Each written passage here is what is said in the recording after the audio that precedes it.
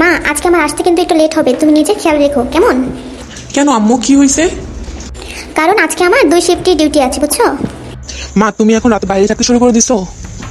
আরে মা, বাইরে কোথায়? আমি তো হসপিটালের ভিতরেই থাকি, আর তুমি তো জানো আমি একজন ডক্টর। আর ওইখানে তো যে কোনো কারোরই আমার দরকার পড়তে পারে। আর ওই জায়গাটা আমার জন্য একদমই সেফ, তুমি একদমই টেনশন করো না তো। আম্মু জানি তুমি ডক্টর, কিন্তু আমার তো মেয়ে, তাই না? টেনশন তো একটু হবেই। আচ্ছা ঠিক আছে, তুমি যাও তাহলে। হ্যাঁ, আর গিয়ে অবশ্যই আমাকে একবার ফোন করবা। আচ্ছা মা, ঠিক আছে। আর শোনো, বাসায় আসলে কিন্তু দুজনে একসাথে রেস্টুরেন্টে খাবার খেতে যাব। আচ্ছা মা, ঠিক আছে, যাও তাহলে। হ্যাঁ, ঠিক আছে মা, তাহলে আসি আমি। হ্যাঁ, tata, love you. Love you too. এই যে নেন আপনার রিপোর্ট। আর চিন্তার কোনো কারণ নেই, আপনার রিপোর্ট সব কিছু নর্মাল আছে। স্যার বলেছে রেস্ট রুমে গিয়ে একটু রেস্ট নিতে আপনাকে। আচ্ছা ঠিক আছে।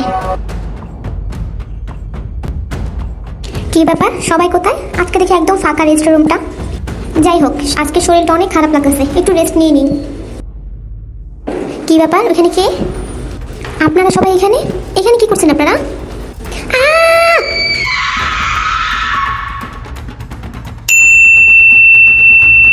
হ্যালো, আসসালামু আলাইকুম। কে বলছেন? ম্যাম, আমি হসপিটাল থেকে বলতেছি। I am sorry to say your daughter is no more. কি? ভাই, আপনার হয়তো কোনো ভুল হচ্ছে। আপনি হয়তো কোনো ভুল নাম্বারে ফোন দিয়েছেন। কোনো ভুল হচ্ছে না ম্যাম, আপনার মেয়ে মৌ ইজ নো মোর। উনি আজকে রাতে রেস্টরুমে সুইসাইড করেছেন, আর বডিটা এসে নিয়ে যান। আমার মেয়ে আত্মহত্যা করতে পারে না, এটা কিছুতেই হতে পারে না। আমরা অনেক সুখী ছিলাম, অনেক ভালো ছিলাম। আমার মেয়েকে যদি আত্মহত্যা করতে পারে না, আমি এর বিচার চাই, আমি এর সুষ্ঠু বিচার চাই।